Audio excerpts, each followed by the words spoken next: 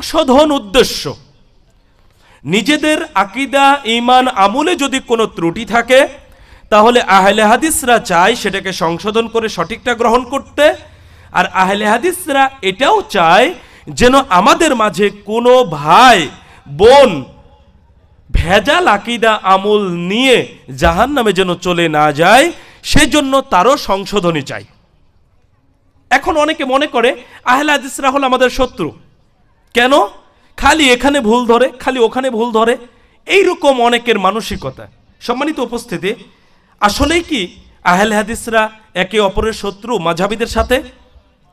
দেখুন, বন্ধু তো সেই যে বন্ধুর ক্ষতিকর দিকগুলো চিহ্নিত করে তাকে সংশোধন করে, এ হলো প্রকৃত বন্ধু।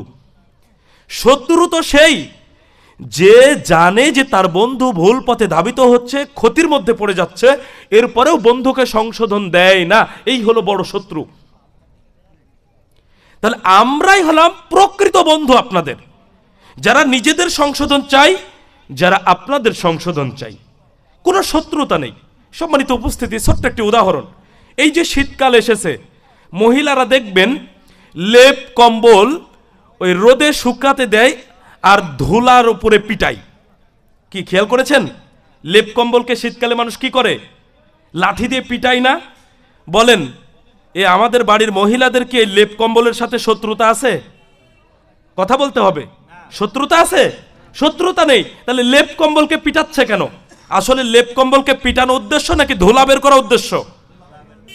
আপনাদের ভুল ধরা এটা আপনাদের শত্রুতা উদ্দেশ্য নয়।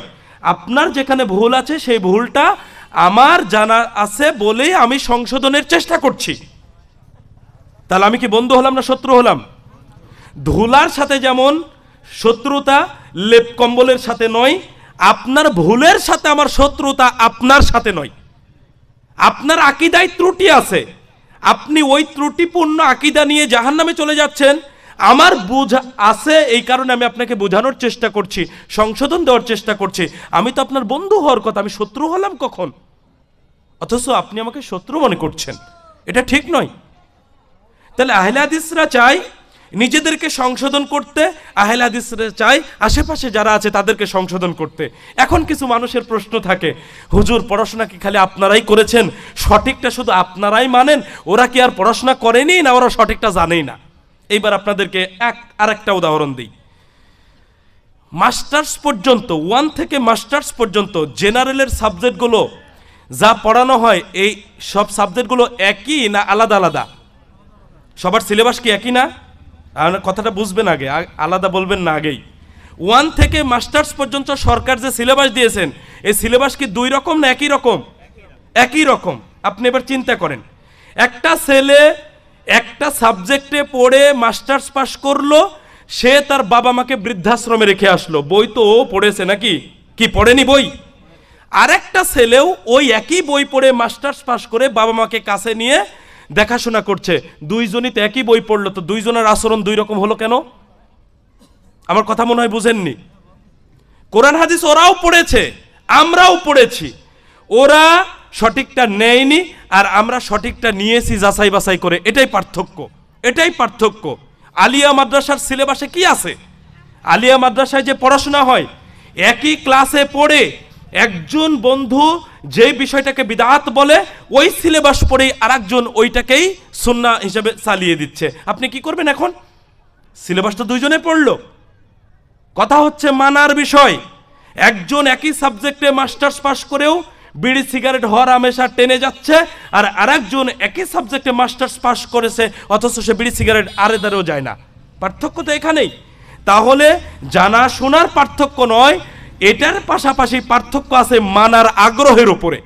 মানার আগ্রহের উপরে যে জানবে মানার উদ্দেশ্যে, সে অবশ্যই সঠিকটাকে খুঁজবে। যে কি করবে? জানা উদ্দেশ্যটা হবে মানা, সে অবশ্যই খুঁজবে। আজকে দেখেন, আমি যদি কোনো শিক্ষার্থীকে প্রশ্ন করি, আমাদের দেশে বিসিএস এর কিছু প্রশ্ন আছে, একই রকম 2 ধরনের প্রশ্ন আছে। যেমন ধরে নেন যে চর্যাপদ আবিষ্কৃত হয় কত সালে? এর উত্তর হলো 1907 সালে। এখন এইরকমই কাছাকাছি আরেকটা প্রশ্ন আছে, চর্যাপদ গ্রন্থ আকারে প্রকাশ হয় কত সালে? এটা হলো 1916 সালে। একজন ছাত্র যখন একটা পরীক্ষায় টিকতে চাইবে তখন কিন্তু সে একটা জেনে বসে থাকবে না, আরেকটাও সে জানবে। সে খুঁজবে সঠিকটা কোনটা, তার কোনটা প্রয়োজন, একটার সাথে আরেকটা মিশিয়ে যেতে না ফেলে সেই জন্য সে খুঁজে বেড়াবে।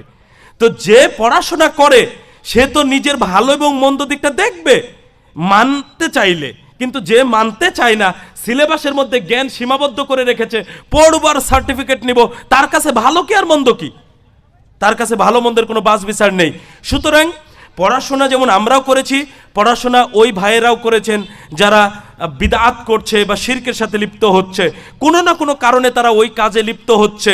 আমাদের কাজ হচ্ছে যারা আমরা সঠিকটা বুঝেছি তারা আমরা সংশোধনী দিব। আমি আপনাদেরকে বোঝানোর জন্য আরেকটা কথা এই ক্ষেত্রে বলে যাই। পড়াশোনা দেখেন, একই সাথে পড়াশোনা করেও কি বুঝের পার্থক্যটা দেখেন। একটা প্রোগ্রামে আমার এক ক্লাসমেটকে মোনাজাত করতে দিয়েছে।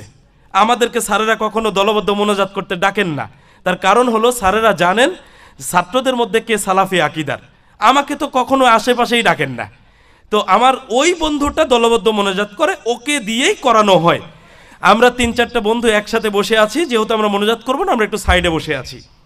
এখন সে মোনাজাতের মধ্যে এইভাবে বলছে, আল্লাহ তুমি আমাদেরকে তৌফিক দান করো যেন রাসূলের সুন্নাহ অনুসারে চলতে পারি। মোনাজাত কোন নীতির চলছে? আমার কথা বুঝেননি এখনো?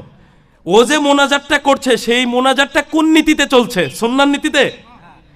তাহলে আপনি চিন্তা করেন, বিদআতি পদ্ধতিতে সে মোনাজাত করছে আর সুন্নাহর উপরে চলার জন্য আল্লাহর নিকটে দোয়াও করছে। এই দোয়ার অবস্থা কি বুঝেননি আমার কথা? সিলেবাস তো একটাই পড়েছি, সিলেবাস ও পড়েছে, আমিও পড়েছি, আমার আরো বন্ধুরাও পড়েছে। পার্থক্য এখানেই জানার এবং বোঝার। কথা হচ্ছে মানার জন্য যদি আমরা পড়াশোনা করি তাহলে আব্দুর রউফ খুলনা আর আব্দুর রহিম সালাফি বাগেরহাটি রহিমাহুল্লাহ ওনাদের মতো পরিবর্তন আমাদের ঘটবে ইনশাআল্লাহ। আর যদি মানার জন্য না হয়, সিলেবাস পড়বো, সার্টিফিকেট অর্জন করব আর চাকরি করব, তাহলে বিদআত ছাড়া কোনোদিন সম্ভব হবে না। সুতরাং আমি বলছিলাম যে আহলে হাদিসদের অন্যতম 7 নম্বর বৈশিষ্ট্য হচ্ছে নিজেদের ঈমান, আকীদা, আমলের সংশোধন চাই, পাশাপাশি আশেপাশে যারা আছে তারাও যেন ভুল ভ্রান্তিতে না থাকে, তাদেরকেও সংশোধন করতে চায়। এটা আহলে হাদিসদের অন্যতম একটা গুরুত্বপূর্ণ বৈশিষ্ট্য।